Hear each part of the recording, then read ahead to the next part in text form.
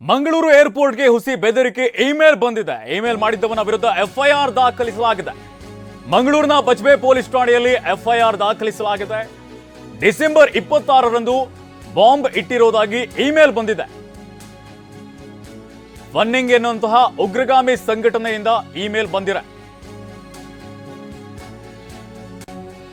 ಪದೇ ಪದೇ ಈ ರೀತಿಯಾದಂತಹ ಬಾಂಬ್ ಬೆದರಿಕೆ ಸಂಬಂಧಪಟ್ಟಂತಹ ಇಮೇಲ್ಗಳು ಸಂದೇಶಗಳು ಬರ್ತಾನೆ ಇದೆ. ಕಳೆದ ಹಲವು ದಿನಗಳ ಹಿಂದೆ ಅಷ್ಟೇನೆ ಬೆಂಗಳೂರಿನ ಹಲವು ಸ್ಕೂಲ್ಗಳಿಗೆ ಬಾಂಬ್ ಬೆದರಿಕೆ ಹುಸಿ ಬಾಂಬ್ ಬೆದರಿಕೆ ಇಮೇಲ್ ಬಂದಿತ್ತು. ಈಗ ಮಂಗಳೂರು ಏರ್ಪೋರ್ಟ್ಗೆ ಹುಸಿ ಬೆದರಿಕೆ ಇಮೇಲ್ ಬಂದಿದೆ. ಇಮೇಲ್ ಮಾಡಿದ್ದವನ ವಿರುದ್ಧವಾಗಿ ಎಫ್ಐಆರ್ ದಾಖಲಿಸಲಾಗಿದೆ. ಮಂಗಳೂರಿನ ಬಜ್ಪೆ ಪೊಲೀಸ್ ಠಾಣೆಯಲ್ಲಿ ಎಫ್ಐಆರ್ ದಾಖಲಿಸಲಾಗಿದೆ. ಡಿಸೆಂಬರ್ 26ರಂದು ಬಾಂಬ್ ಇಟ್ಟಿರೋದಾಗಿ ಇಮೇಲ್ ಬಂದಿದೆ. ಫನ್ನಿಂಗ್ ಎನ್ನುವಂತಹ ಉಗ್ರಗಾಮಿ ಸಂಘಟನೆ ಈ ಒಂದು ಇಮೇಲ್ ಮಾಡಿದೆ.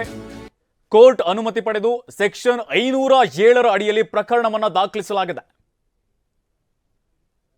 ಯಾರು ಇಮೇಲ್ ಮಾಡಿದ್ದಾರೆ ಅವರ ವಿರುದ್ಧ ಕ್ರಮವನ್ನ ಕೈಗೊಳ್ಳೋದಕ್ಕೆ ಈಗ ಮುಂದಾಗಿರುವಂಥದ್ದು.